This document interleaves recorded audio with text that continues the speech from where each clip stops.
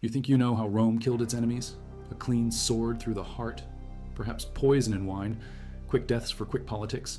But Marcus Tullius Cicero's execution was something else entirely. December 7th, 43 BC, a dusty road between Formiae and Caieta. 3 soldiers with specific orders that went beyond murder. They wanted pieces. They wanted trophies. They wanted to send a message that would echo through marble halls for generations. Marcus Tullius Cicero wasn't just any senator. For 20 years, this lawyer from Arpinum had been Rome's voice against dictators, against Catiline, against Antony, against anyone who tried to strangle the Republic with their bare hands.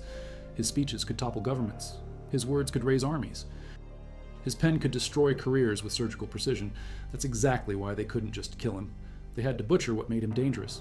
If you value documented Roman history like this, subscribe. It's the best way to support our work. Also, comment from which city you're hearing this from. This script is researched and factual, using sources from Plutarch and Appian. Now back to the story. The prescription lists went up on November 27th, 43 BC. 3 men divided the Roman world like butchers carving meat. Octavian took the west. Lepidus took Africa. Mark Antony took the east, and one specific demand that made the others pause.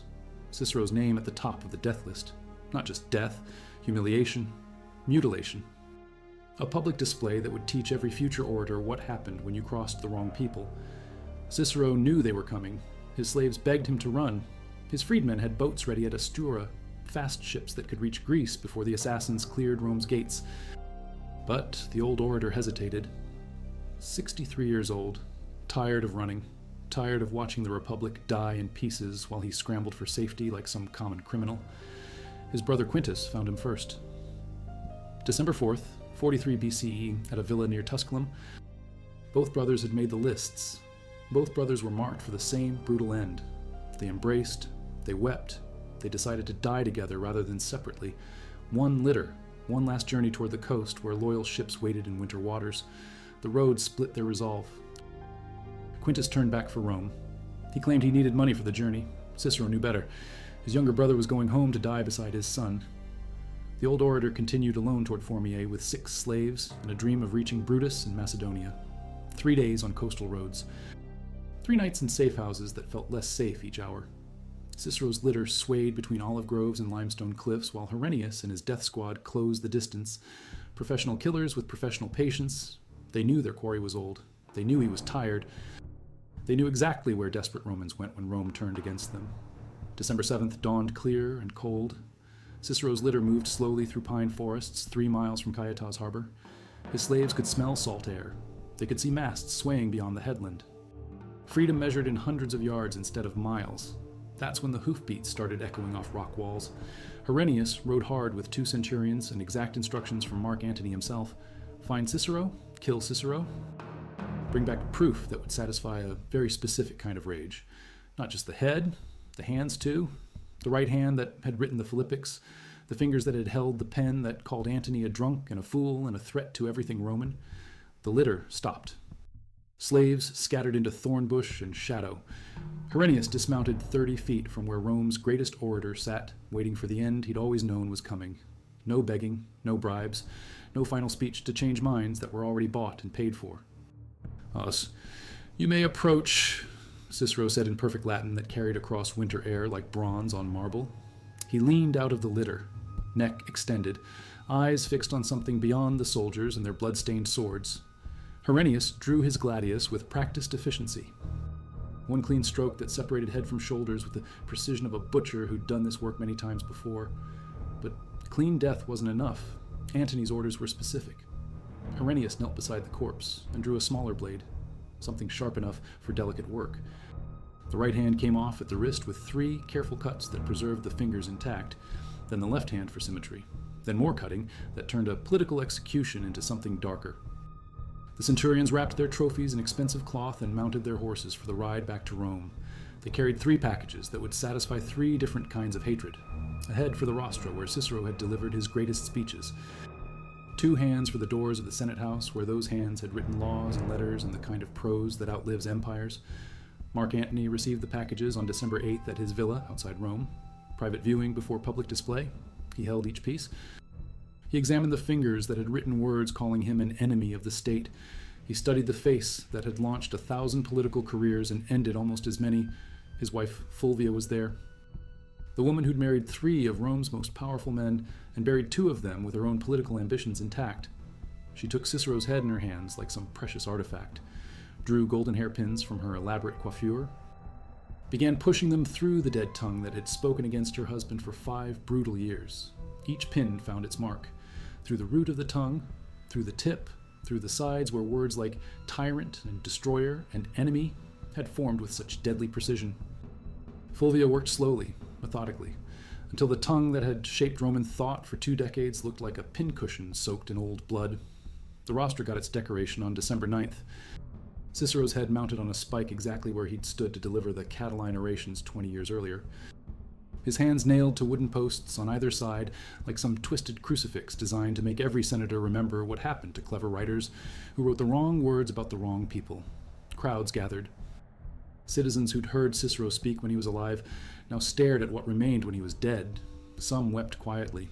Some cursed under their breath. Most just walked past quickly with their eyes down and their mouths shut. This was the new Rome. This was how the triumvirate taught lessons about loyalty and silence and the price of beautiful prose. The display stayed up for months, through winter rain that washed blood from marble, through spring heat that turned flesh into leather, through summer storms that stripped skin from bone until only skull and finger bones remained to mark where Rome's voice had been permanently silenced. But Fulvia's needlework left permanent marks deeper than weather or time. When archaeologists finally excavated the Forum, 17 centuries later, they found something that matched ancient accounts with disturbing precision. In a foundation layer beneath the rostra, human skull fragments with distinctive puncture marks clustered around the jaw area. Small holes that matched the diameter of Roman hairpins, evidence that some stories about ancient brutality aren't exaggerated. They're exactly as ugly as the sources claim. Other senators learned quickly. No more speeches against the triumvirate, no more letters questioning their authority. No more clever phrases that might end with their heads decorating public spaces, while their tongues served as pincushions for powerful women who remembered every insult. The prescription lists claimed 1,800 more names over 6 months. Senators and knights and wealthy merchants whose only crime was owning property that cash poor warlords needed to fund their armies. Most died quietly, throats cut in their sleep, poison in their wine, daggers between ribs in dark alleys. Quick deaths that left bodies intact, for burial with dignity. Cicero got special treatment because his words had special power. Every speech he'd delivered against Antony, every letter he'd written supporting Brutus, every phrase he'd crafted to remind Romans what their republic used to be before strong men carved it up like spoils of war. That kind of eloquence required that kind of punishment. If you value documented Roman history like this, subscribe. It's the best way to support our work. Also, comment from which city you're hearing this from. This script is researched and factual, using sources from Plutarch and Appian. Now back to the story. The triumvirate didn't last. Lepidus got exiled to a small island where he died forgotten and alone. Antony fell on his sword in Alexandria after Actium destroyed his dreams of Eastern Empire. Octavian became Augustus and spent 40 years trying to convince Romans that he'd restored the republic he'd helped murder. But the lesson stuck. Future emperors remembered what happened to speakers who spoke too well against the wrong people. Tacitus wrote carefully, Juvenal wrote in code, Pliny wrote letters that praised everyone and criticized nobody. The age of dangerous oratory died with Cicero's tongue full of golden pins. Augustus even commissioned statues of Cicero in later years, marble tributes to the eloquence he'd helped destroy. Beautiful lies about respect and admiration that fooled nobody who remembered December 7th, 43 BC, when Rome's greatest voice was permanently silenced on a coastal road between freedom and death. The villa where Cicero spent his last night still exists. Foundations and wall fragments that tourists visit without knowing the full story. They see ancient stones and imagine peaceful retirement. They don't see the bloodstains that soaked into Roman roads when politics turned personal and personal grudges turned into public butchery. Modern scholars debate the details. Was it really Fulvia with the hairpins, or just ancient propaganda designed to make Antony's wife look cruel? Were the hands really nailed to Senate House doors, or just displayed somewhere less dramatic? Did the crowd really weep, or did they celebrate the death of a man some considered a troublemaker? The skull fragments don't lie. The puncture marks are real. The location matches ancient accounts. Sometimes archaeology confirms the darkest stories instead of debunking them. Sometimes the truth about ancient violence is exactly as brutal as our sources claim. Sometimes powerful people really did torture their enemies, corpses to send messages that echoed through marble halls for generations. Cicero's library survived. Thousands of scrolls containing speeches and letters and philosophical treatises that outlined what Rome could have been if better men had been running it. His words outlasted Antony. They outlasted Augustus. They outlasted the empire that murdered him for writing them. But the man who wrote those words died in pieces on a winter road because he believed eloquence could defeat armies, because he thought beautiful phrases could stop ugly men from doing ugly things, because he forgot that, in the end, politics isn't about who's right. It's about who has sharper swords and fewer scruples about using them. Herennius didn't work alone that December morning.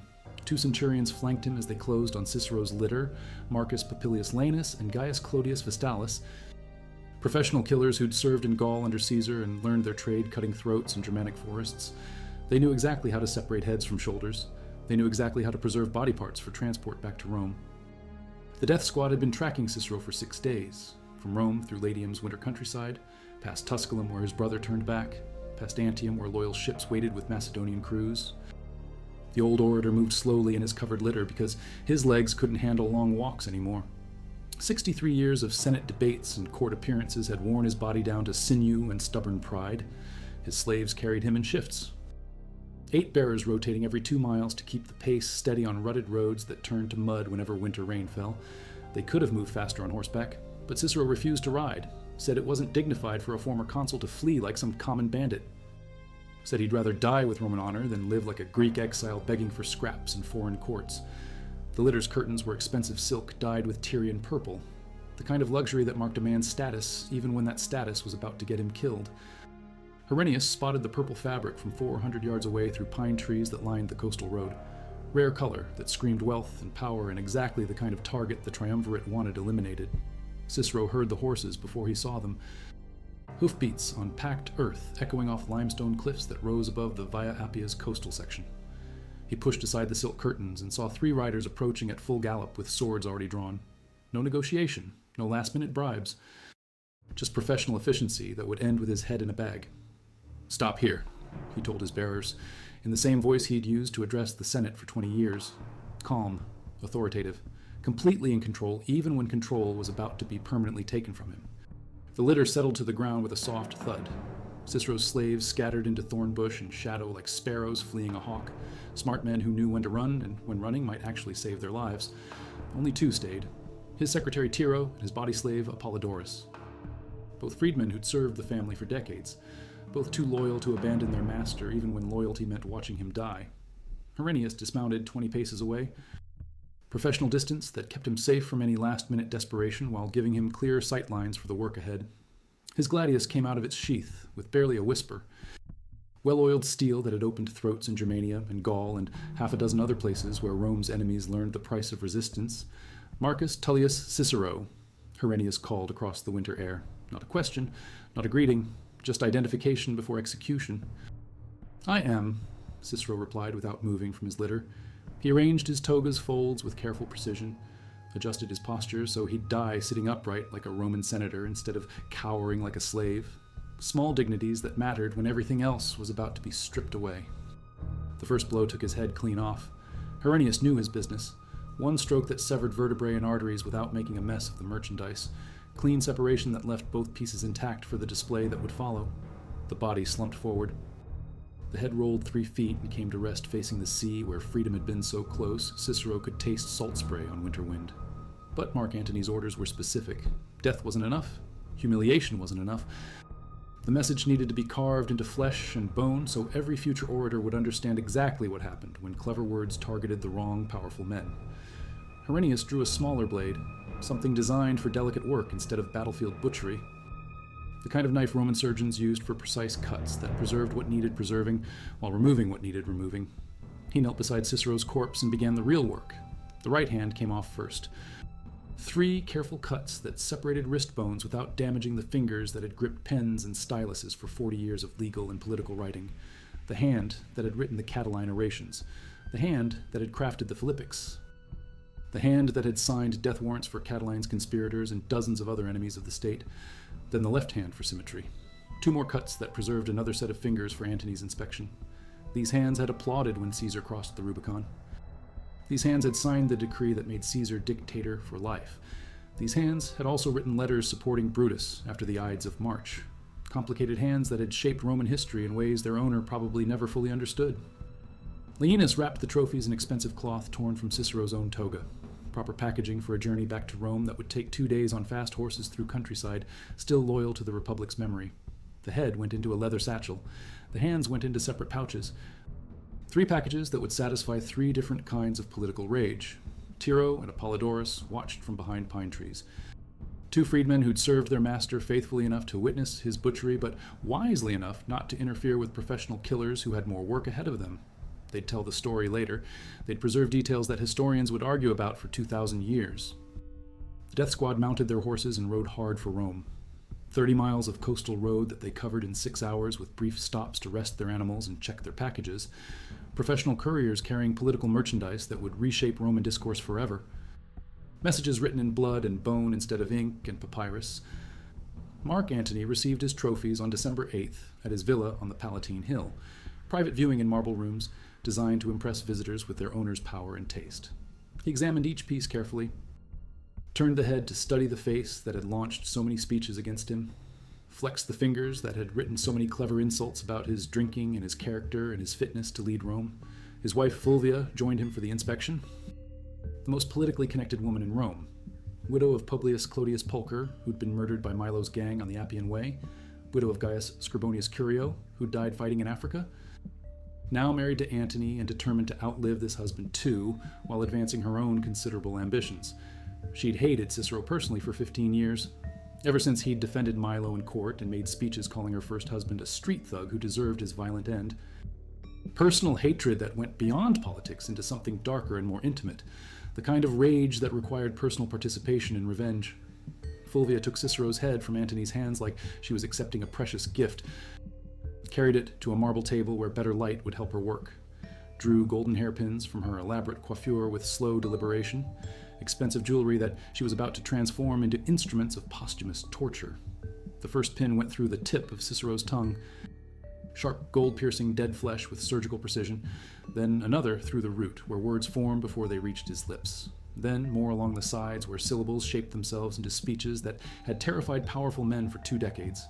Each pin found its mark. Through muscle and cartilage and the soft tissues that had created some of the most beautiful Latin prose ever written, Fulvia worked methodically, almost lovingly, like an artist creating a masterpiece that would satisfy years of accumulated hatred in one perfect moment of symbolic violence. She counted as she worked, 1 pin for each Philippic, 14 speeches that had called Antony a drunk and a fool and a threat to everything Roman, 14 golden needles that transformed Rome's most eloquent tongue into a pincushion soaked with old blood and older rage.